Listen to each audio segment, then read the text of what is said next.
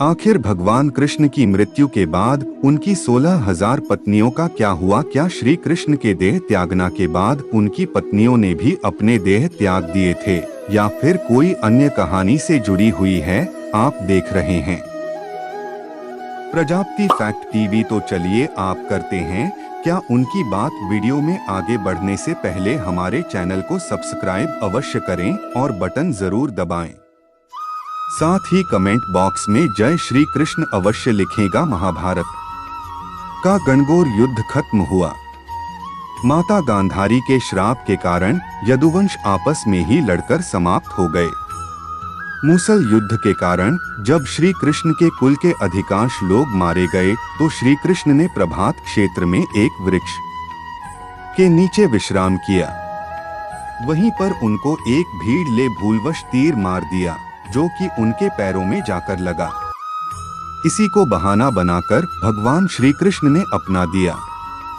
बलराम जी ने भी समुद्र में जाकर समाधि ले ली। अब अगर हम आपको विस्तार से बताएं तो इससे पिछली वीडियो में हम जैसे कि आपको बता चुके हैं कि भगवान श्री कृष्ण की 8 पत्नियां थीं जिन्हें भरी अभी कहा जाता है, जिनके नाम रुक्मणी, सत्यभामा, कालिंदी, मित्रबिंदा, सत्या, भद्रा और लक्ष्मणा है। वहीं भगवान श्री कृष्ण की कुल मिलाकर 16,108 पत्नियां थीं। तो अब सवाल उठता है कि आखिर उन सभी पत्नियों का क्या हुआ जब भगवान श्री कृष्ण अपना देह त्याग दिया। जब अर्जुन के पास ये समाचार पहुंचता है तो वह द्वारका पहुंचते उनके द्वारका पहुंचने पर भगवान श्री कृष्ण की सभी पत्नियों समेत जितने भी यदुवंशी महिलाएं बची हुई थी उन सबको भगवान श्री कृष्ण और बलराम के देह त्यागने के बाद न बताते हुए अर्जुन उन सभी स्त्रियों को अपने साथ हस्तिनापुर के लिए रवाना होते हैं। कहते हैं वहां पर कई सारी गर्भवती स्त्रियां भी मौजूद थी और कई सारी ऐसी महिलाएं भी थीं जो अपने पतियों को मूसल युद्ध में खो चुकी थी। उसके अलावा कहते हैं भगवान श्री कृष्ण के पिता वासुदेव भी वहां पर जीवित थे। उसके अलावा कृष्ण के पौत्र यानी वज्रनाभ भी वहां पर मौजूद थे। अब वज्रनाभ कौन है? वज्रनाभ जरासल अनिरुद्ध के पुत्र थे और अनिरुद्ध स्वयं प्रद्युम्न के पुत्र थे।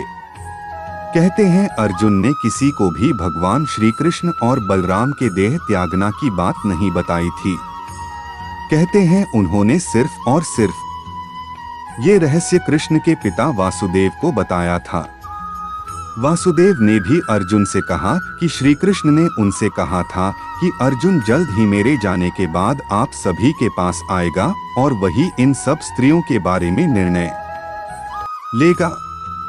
साथ ही जैसे ही अर्जुन और आप सब इस द्वारका से जाएंगे, द्वारका समुद्र में विलुप्त हो जाएगी। कुछ समय रुककर वासुदेव कहते हैं कि मेरा भी अंतिम समय आ गया है, तुम ही मेरा अंतिम संस्कार करोगे।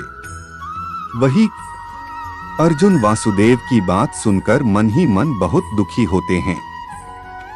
तब वह वंश की सब है मंत्रियों से मिलते हैं और इस वंश के सभी स्त्री, बालक और बूढ़ों को यहाँ से हस्तिनापुर ले जाने के लिए इंतजाम करते हैं। उस दिन अर्जुन रात को द्वारका में ही रुकते हैं। वहीं सुबह समाचार मिलता है कि भगवान श्री कृष्ण के पिता वासुदेव ने भी अपने देह को छोड़ दिया है।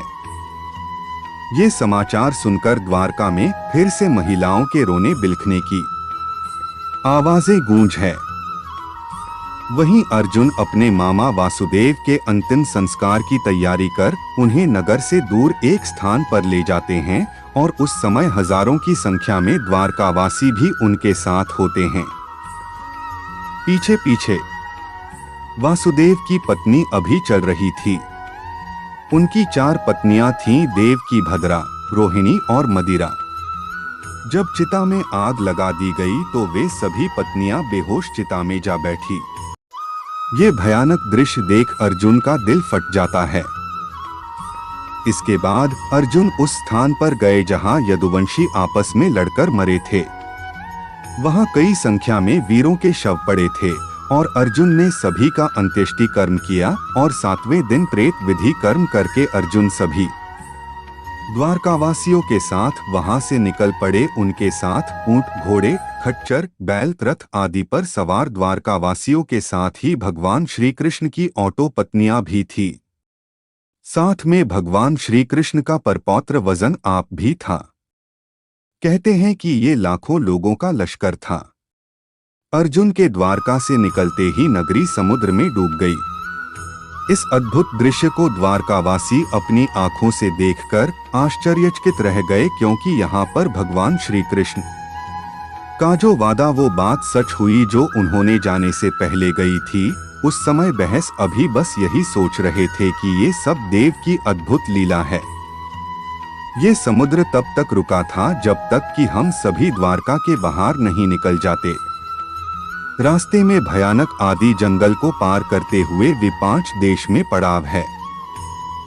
वहां रहने वाले लुटेरों को जब ये खबर मिलती है कि अर्जुन अकेले ही इतने बड़े जन समुदाय को लेकर हस्तिनापुर जा रहे हैं, तो वह धन के लालच में वहां धावा बोल देते हैं।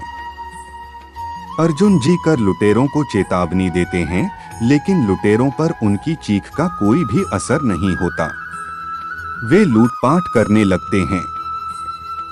वह सिर्फ स्वर्ण आदि ही नहीं लूटते, बल्कि सुंदर और जवान महिलाओं को भी लूट रहे थे। उन्हें घसीट घसीट कर अपने साथ ले जा रहे थे और चारों ओर हाहाकार मच जाता है। ऐसे में जब अर्जुन अपने दिव्यास्त्रों का प्रयोग करने के लिए स्मरण करते हैं, लेकिन उनकी स्मरण शक्ति लुप्त हो जाती है। कुछ ही देर में उनके तरकश के सभी तीर, सभी बाण भी समाप्त हो जाते हैं। उसके बाद अर्जुन बिना शस्त्र के ही लुटेरों से युद्ध करने लगते हैं। लेकिन देखते ही देखते लुटेरे बहुत सा धन और स्त्रियों को लेकर भाग जाते हैं। खुद को असहाय पाकर अर्जुन को बहुत दुख होता है कि भगवान श्री कृष्ण ने उन पर इतना विश्वास किया, लेकिन वह उनकी स्त्री और उनके धन को नहीं बचा सके।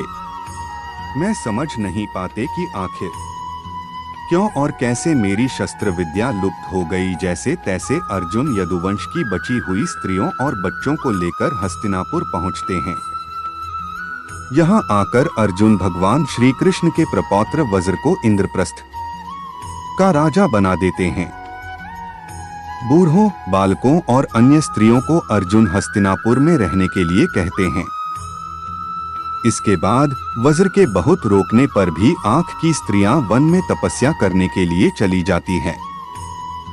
भगवान श्री कृष्ण की 8 पत्नियां थीं, जिसमें से रुक्मिणी और जामवंती आखिरी में प्रवेश कर जाती है।